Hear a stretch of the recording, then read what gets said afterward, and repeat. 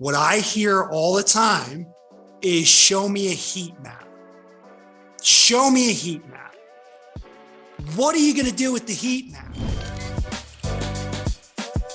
Welcome to Connected Conversations. I'm here, as I mentioned, with Chris Keene, who's the head of channel for VergeSense. Chris, as we start this off, I only have a couple rules. Number one, you be your authentic self that I know and love.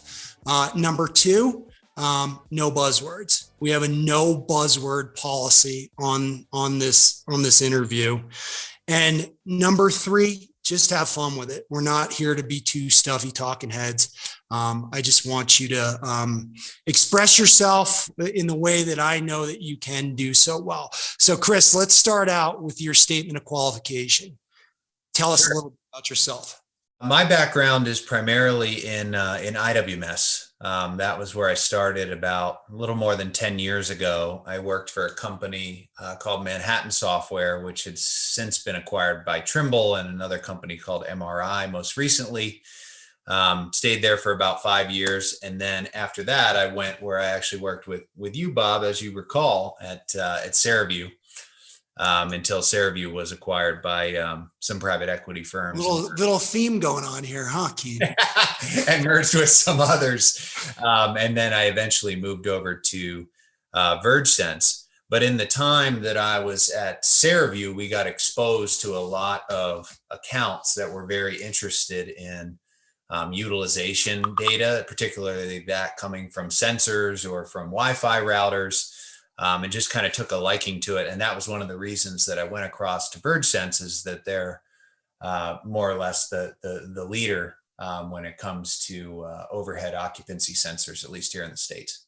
Now, the idea of what we're doing here today is this is called Connected Conversations. Even though we're different places in the world, even though we don't work in the same office, we don't even work for the same company anymore. We're connected by what we do, and we're connected by our history in the industry, as much of us are. So I'm going to throw 3 words at you, and then I want you to kind of start talking about it and tell me kind of what that means to you and where you see things going.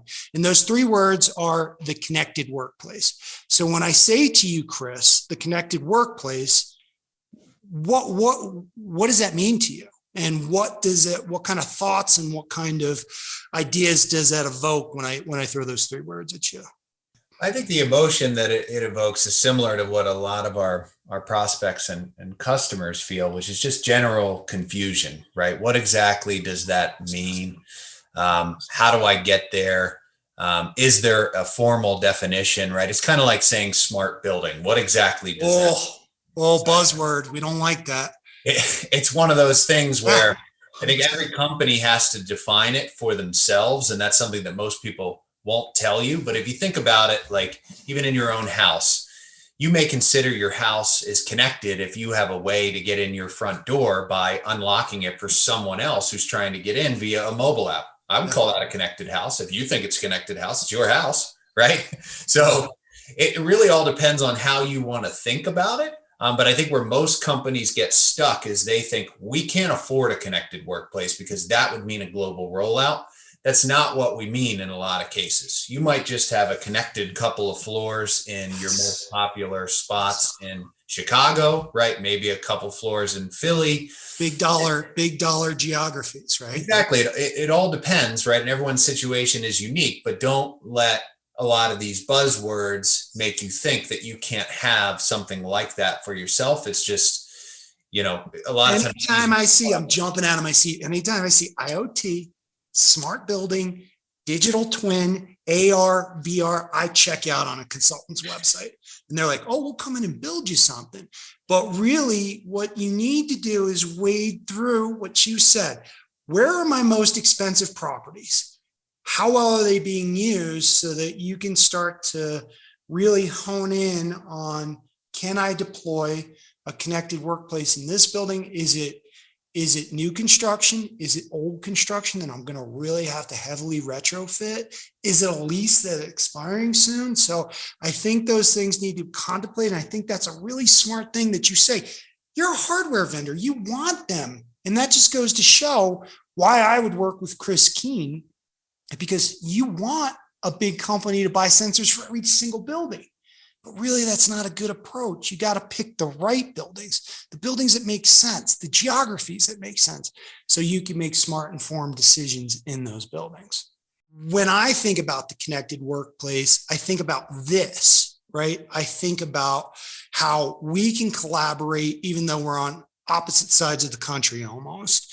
And I think about providing those tools and processes to people that enable them to do their work. It's connecting people, places, and things.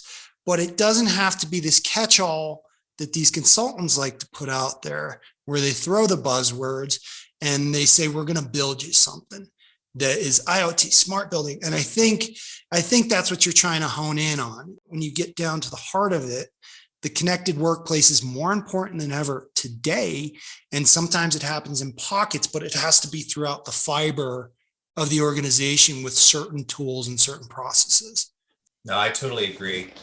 And there was one prospect I remember talking to years ago, and we were talking about smart buildings and all these other things. And he was like, look, this is all, this is technotopia, right? And we don't need this. We just need to track a couple things that are super important to us. And for them, it was all about occupancy percentages. This is like 7 years ago, right? So utilization wasn't really even a thing. When their leases expire and how much money they were spending on FM. Those are the three things they cared about, right? And if there were simple tools, technology or other methods they could use to get there, they would consider themselves, I'm sure, even today, to have some sort of a connected workplace in a sense, if everyone was able to do their jobs effectively, talk with each other and get things done. And the employees felt the same way as well. The general employees of the company weren't spending all their time entering a work order, as an example, right? They could just simply go in and say, hey, it looks like the front door isn't working at XYZ property, and be done with it, not have to chase down an FM in person and all those other good things that we've all had to do working for unconnected companies. So I guess with all that said, I think about VergeSense, and I think about what we do at Nuvolo. And I was recently reading this report, right? And I love these reports that come from some of the bigger service providers. Now you gotta read these with a little bit of a filter on it, because obviously they're REITs at the end of the day. They invest in properties, they lease properties. And some of the stats that came out of it, that I cherry picked these stats just for you, Chris. It was basically, one of the stats was 83% of organizations surveyed. Now, I want to tell you how many people they actually had respond to this. They had 48 respondents across the globe, across multiple of sectors, with 350 million total square feet under management. 83% plan or have a utilization strategy in place. But only 26% of them said they use sensors, and sensors were recognized as the best source of utilization data, with the rest of them using badge data. Yeah, I would say that's really common. So there are a lot of companies who just use security badge swipe data, right, as a way to be able to get this utilization information. There are other ones who are kind of hacking, if you will, other systems like Wi-Fi or static network connections to figure out how many people are on a floor. I do think, though, that number of 83% is a little high, because I would say that all of us in this field have a tendency to beat our chests a little bit and be like, yeah, we're doing that. Absolutely. We track utilization. But is tracking badge swipe data in 1 or 2 or 5 of your 100 buildings really tracking utilization? I would argue no. You're only tracking utilization if you're going all out to the best of your ability, getting that badge access data to, your critical properties that are costing you the most money, that are going to help you achieve your cost reduction outcomes. Otherwise, Chris, I got to stop you there. You just said some really smart things, and what I view as the correct way to to use utilization. You talked about cost savings. You talked about your critical buildings and understanding how well they're used. What I hear all the time is show me a heat map.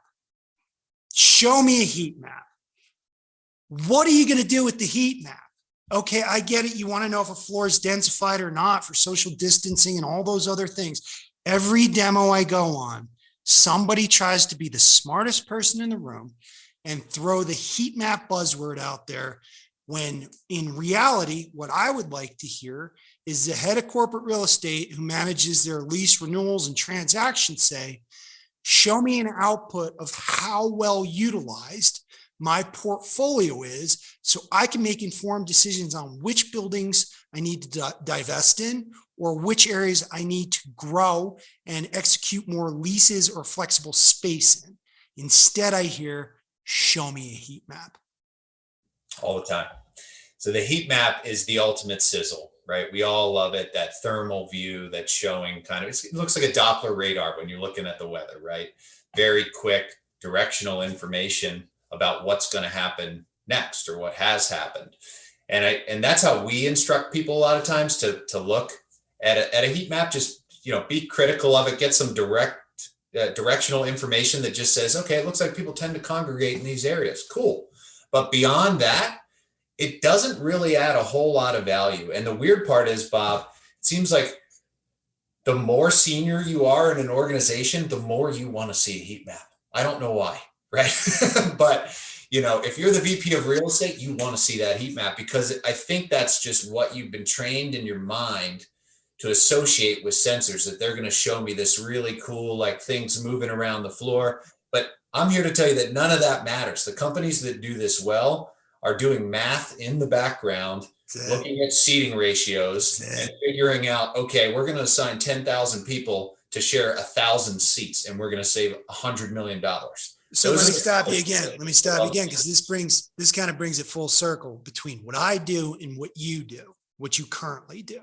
And that's the connected workplace. When you connect certain things that make sense to give you what you need to either rationalize your portfolio or make informed decisions, which are kind of buzzy type phrases and consultant speak, but it really does mean something because you can drive true ROI out of that. What I always tell people is leave the heat map in VergeSense's dashboard and then bring the metrics of attendance and real utilization of that building into your space planning report so you could start looking at allocation versus attendance. And it's like, that's the way you need to think about it. It's like, what do I need to bring into my CAFM, my IWMS, my space planning point solution, whatever. It doesn't need to be Nuvolo. What do I need to bring in here from VergeSense or a sensor that makes sense, as opposed to something that's pretty that I can show in a PowerPoint in a presentation to somebody who doesn't understand what they're looking at. Yeah, I think, we have this conversation all the time. It's really important for you to think about when you're thinking about sensors, connected workplace, like we're talking about, but think about all the systems that you have and what the most critical piece of information you get from each one of those is, or what it does for you day to day. So an IWMS, like Bob was saying, or space management, CAFM, whatever you want to call it, it's really good at tracking your allocation of space. Right? That is primarily what it does, whether or not that facilitates chargebacks and other things from a space perspective, I'm talking.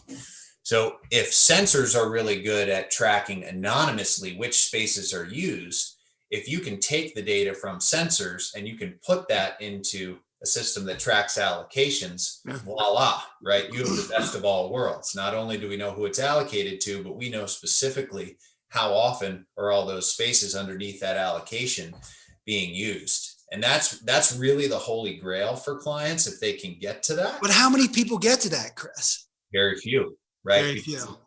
People get so enamored with the heat maps and how often are people using my phone booths? Is this the right design? And for some organizations that can be okay, right? If you're just trying to increase productivity, which is very hard to quantify. But or if you're a designer, Chris, if you're a designer, if you're a designer and you want to know, how many high boy tables I need to have versus couches and beanbag chairs and phone booths and all this other stuff. You need to know that from a design concept. So let's not, I'm not saying that, nor do I think you're saying that. It depends on who's using it, what the outcome is. But at the end of the day, you're not going to get much out of just a heat map. You have to have somebody. And I think it also comes down to somebody who's smart about this stuff. And even though we work for one specific company, right? We sell something. You sell VergeSense, we sell Nuvolo, right? Where it's kind of tough to wade through all this is where even though you're selling something, you still want to give a recommendation. And that's what I struggle with, because they're like, oh, it's just the sales guy, trying to win the business. Or in some cases, not always. There are people who I've worked with in the past that bring me back again to do initiatives with them. But it's kind of that struggle to say, hey, all that stuff is well and good, but what about this over here? And do you have somebody on your analytics team who might want to dig into this? And that's what I struggle with a little bit. And it's like, I'm not trying to be sales guy. I really want to see you be successful, because a year into our contract, if you say this isn't helpful to me and I'm not happy with this, that doesn't do me any good down the road. This is all I've ever done. This is my industry. Same with you. We're going to end up in the industry somewhere, whether it's 5 years from now, a year from now, and we're staying at the same company or going somewhere else. And I struggle with that a little bit. I don't know how you feel about that, but I definitely struggle with it. We have to protect our integrity, right? And 100%. that's why people trust us as salespeople. We're seen as trusted advisors. And we see something similar where a lot of people say, Chris, you sell sensors, that's great, but we can never afford these. There's no way we could put them in across our whole portfolio. And I usually have to say, that's not what I'm proposing, actually. What I'm proposing is you look at your most expensive real estate, which might only be less than 5% of your whole portfolio. You consider whether or not having really granular information about how that's used is going to help you achieve your outcomes, right? And then for the rest of the world, you're probably not going to use sensors, just being realistic, right? You may use Wi-Fi. You may use some access card data. You may use different sensor in a different market because you have a different use case. But really, what we're trying to advise is a good solution for that client based on a variety of different factors, right? To make sure that they're happy, like you said, Bob, because we're going to be calling the same person a couple of years from now saying, hey, do you want to look at whatever I'm representing now as a professional salesperson, consultant, what have you, Yeah, and if you blow it, they're going to be like, no, get out of here. Like, you sold me a bunch of heat maps, bro. I don't want your heat map.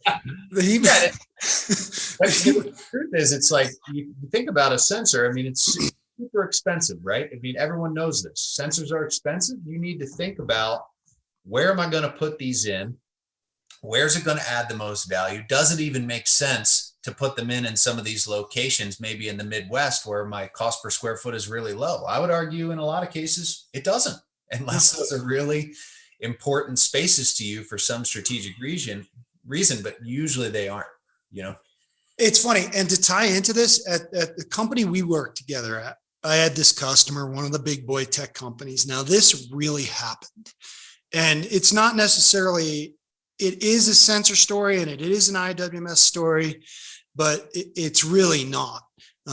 It's more of understanding the data and understanding, in another consultant speak, garbage in, garbage out. They were running reports on their portfolio and they thought they needed more space. This really happened. Now, a lot of people like to float this story, but this really happened to a customer of mine. The report, the data they were feeding into the report was no good. And they executed a brand new lease and it cost them millions of dollars, only to find out they had a building that was 20% occupied. And when the forensics was done, it was like, oh, we were feeding the wrong data into the wrong report. And like, what a story to be able to tell if you could take VergeSense, connect it to your IWMS like Nuvolo, run those reports, and then go back to the CFO and say, we knew only 20% of the population was showing up to this building in San Francisco, of which is our most expensive lease. We terminated that lease and we saved the company X millions of dollars. How powerful is that? How powerful is that? Because that's a real story. That was a real customer, real story, not even using the tools they had in its basic form to understand their portfolio. That actually happened. Yeah, it's crazy. Those types of things do happen. I think it's interesting. We're seeing actually a lot of financial services firms that are kind of looking at it through that lens, where they're like, look, not only do we want to take our utilization data and feed it over to our occupancy team that's going to look at the allocations and our planned occupancy versus our capacity, all this other stuff, right? But we also want the lease teams and all the transactions folks to get together with them. They never do though. But they never do. They never do, and I don't get it. That's the most important thing, right? Because if the people on the ground that are negotiating the leases understood how little a lot of these buildings are being used, then they would make a lot different decisions than they do today. Not like the story I just told. They wouldn't have made that decision and be stuck in this however many year lease for a building they don't even need. And it's just like all the time I'm on these meetings, and it's clear the space management team does not talk to their corporate real estate team. They may be part of the same group or their lease administration team, because in some cases, maybe it's outsourced to a third party and the space planners are internal and vice versa.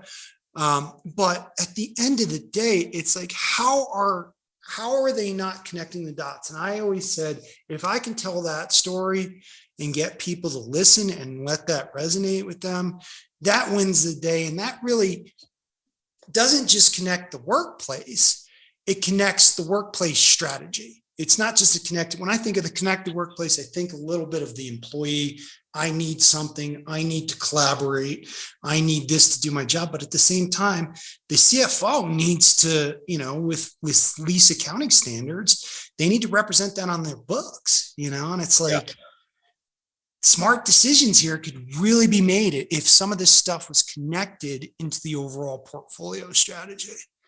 Well, that's where the traditional value prop of an IWMS really comes into play. And I'm not advocating that every client, whoever they buy from on the IWMS side, implements every single module, right? To its extent, because that's just not realistic. Sometimes you outsource FM, sometimes you outsource transactions, whatever it is.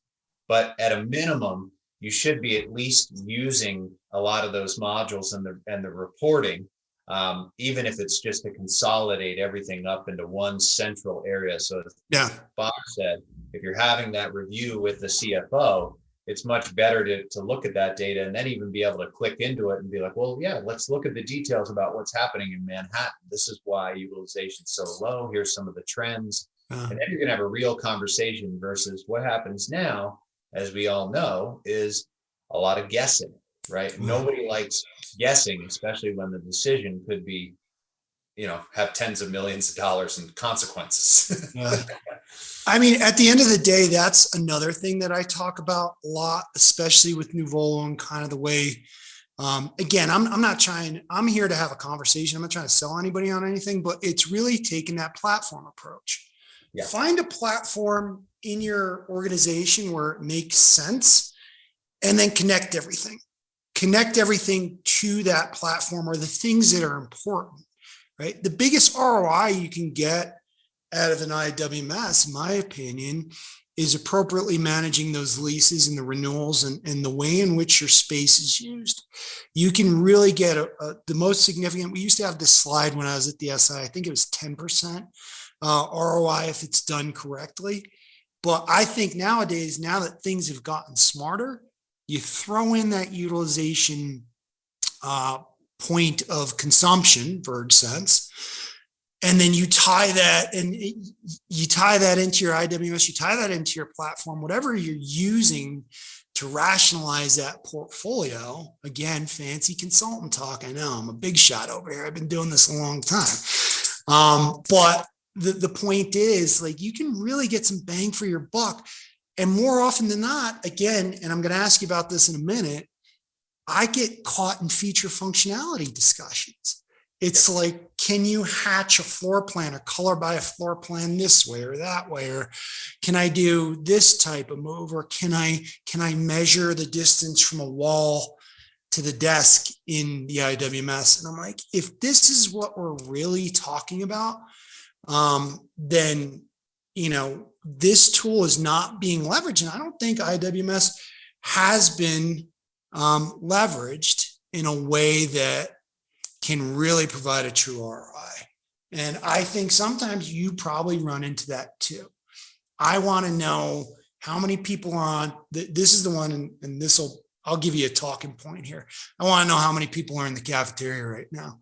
So if I can go get my lunch. So I don't want to wait in line to get my lunch at the cafeteria.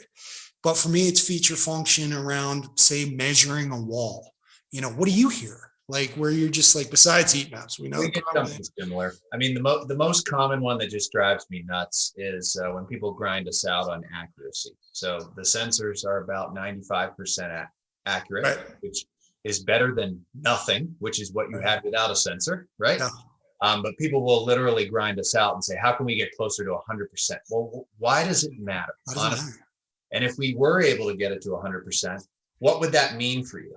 Right? Would that mean that you're able to save an extra 5% on your portfolio? Probably not. It's just you splitting hairs, thinking about something that isn't as important, because that's just kind of the world that we live in. It's like, I need something instantly. But if you really think about it, it's like, why? Why do you need real-time data about what's going on in your portfolio right this second? Usually you can answer that when you think about it logically. Well, I actually don't. If it's every 5 minutes, it's okay. Right? Yeah. If it's every 10 minutes, it's okay. It does depend a lot on your use cases, but I do find that a lot of people just get so enamored with the bells and whistles a lot of times that they forget what the top level outcome is. So the hardest thing to do as a salesperson, as you know, Bob, or as a consultant, is to keep all of that stuff, at the top level, front and center, right? So what are we trying to do? Save money? Does this help us save money? How? And at the end of the day, do all these little bells and whistles matter? In a lot of cases, they don't. Some cases they do, but Yeah, and that goes back to what I was saying about my struggle, where I sometimes try to be a consultant, and it's like, you kind of get put in the box. Well, he's a sales guy, or he's this or that. And he's just trying to win the business. But I really do wish sometimes I could walk into an account and sit down with certain people at the table and say, don't talk about that. Don't worry about that. Don't put that in the RFP, kind of stick to this, and you'll win the day and get somebody who really wants to dig into this thing and make sure everything's connected.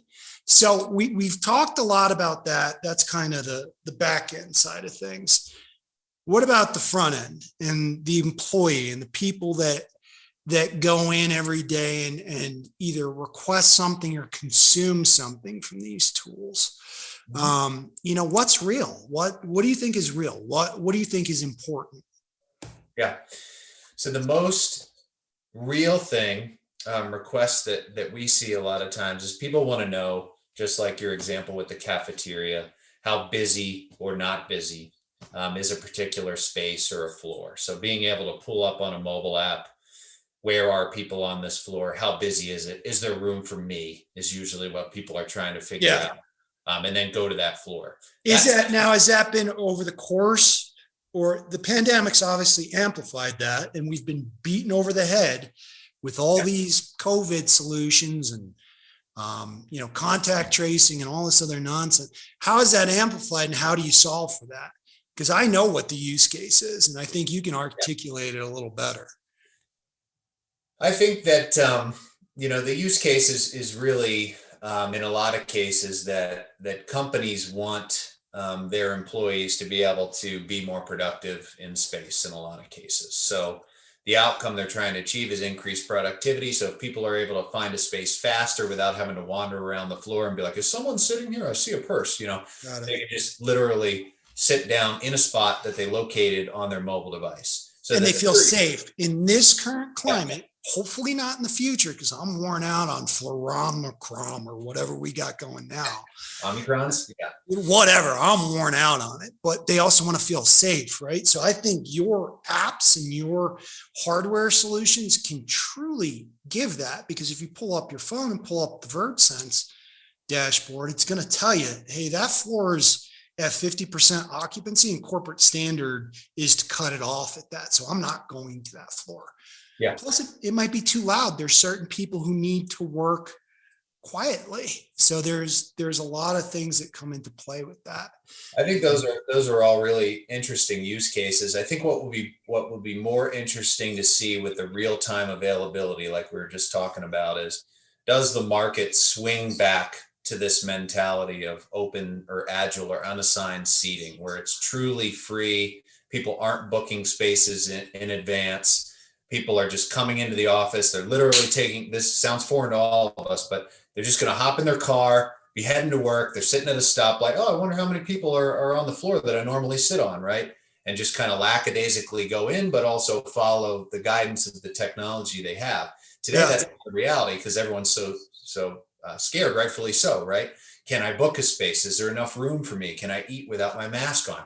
You know, there's too many things. It's crazy. But I do think that the market will adjust back to where it was pre-COVID, which is more of this kind of fluid, dynamic, and in my mind, right, personally, fluid, dynamic, and connected, collaborative environment that we used to have. Now we're trying to like rebuild that, and it's baby steps, right? Yeah, and then from my perspective, I agree with all that, and I find that really interesting, because didn't HP move to that model years ago where they went to 100% unassigned? Nobody's assigned a space anymore.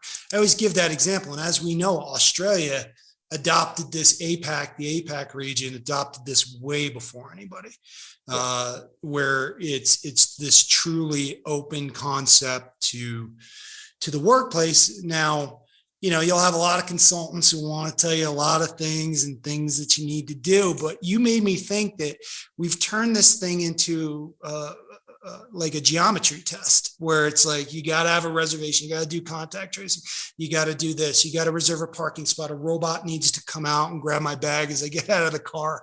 And it's like, take it easy already. It's like, I just, when I walk into the conference room, I want the lights to automatically adjust and the air conditioning to turn on to the optimal temperature. It's like, whoa, take it easy. This stuff is all bells and whistles that don't really have much tangible value. But on my side of things, I think when I think of the connected workplace and I think of what I would want to deliver to an employee, because I've sat in those real estate departments, my phone has rang and I've gotten the phone call, can you raise my desk up? I was like, no, it's bolted to the floor. I can't do that. You get all these requests, you get some wild requests all the time. And it's like, I think for me, what I would like to see is one place. You go to one place, and if you need these types of things, how many times, Chris, in our careers have we seen for facilities requests, you go over here, for IT requests, you go over here, and for an HR request or some type of soft service request, you go over here.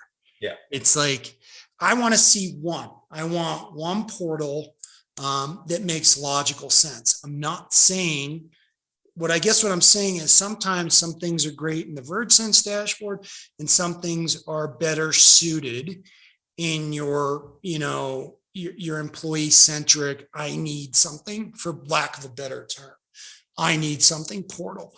And that's what I think people need to kind of drill down on, and stop with the robots, stop with the lighting control, stop with the digital signage that welcomes you the minute it auto detects your retina scan as you walk through the door. And it's like, I just made that up. I don't know if that's really a thing, but I'm sure. So I've been on some wow meetings where it's like, what do you want? What do you really want? Do you really want an IWMS? So that's kind of, I think so too. I mean, I think it's just, you got to think about your systems and say, okay, some of these things we need, these are critical for the admins on the back end that are using these systems to be able to evaluate our outcomes. And then there are always a couple things that you need to work to make a lot easier on your employees on the front end. So, how do I submit that work order? How do I submit that ticket for IT? how do I see a heat map of a floor to see how busy it is right now, and just make that all accessible. But yeah, that is the number one gripe at any company. Sure, both of us have worked for it. It's the same thing. It's like, oh, you need to enter an IT service ticket. You need to use this system. And then I need to create a login and create a new password. And I forget that password. And then I'm having to ask somebody else to enter a ticket for me. By the time I'm done entering a ticket, it's about 2 weeks late, and I don't even need a fix to that issue anymore. It's keep it simple, stupid, right? And I think we've gone in a place. Go on LinkedIn and scroll on LinkedIn. It's exhausting. And I try not to do that. I want to do with this, what we're doing here is to have these real conversations with people who've been there, done that, can state their qualifications and back up what they're talking about. I've worked with many Fortune 500, Fortune 100 companies, as have you. I've seen really smart approaches and I've seen really bad approaches to things. And I like to share that. And that's what we're doing here today. But I'm going to wrap this up with this, Chris. And I want to show you some gratitude, and I want to show you some respect and love. I don't just consider you a colleague in the industry. I consider you a friend. We fish together. I've met your lovely wife, who is very good at laying flooring and tile, and I do need to contract your services sometimes. But you're a good dude. You're one of the guys I will always come to when I need some advice or need to bounce an idea off of you. It's because I respect you as a professional and as a friend, and I thank you very much for doing this today with me. Thank you, Bob. It's my pleasure. Can't wait to go fishing again soon. Yeah, buddy. Okay, so with that, that's Connected Conversations. I'm Bob Mostachetti. That's Chris Keene. I'm with Nuvolo. He's with VergeSense. We thank you for tuning in today. Take care.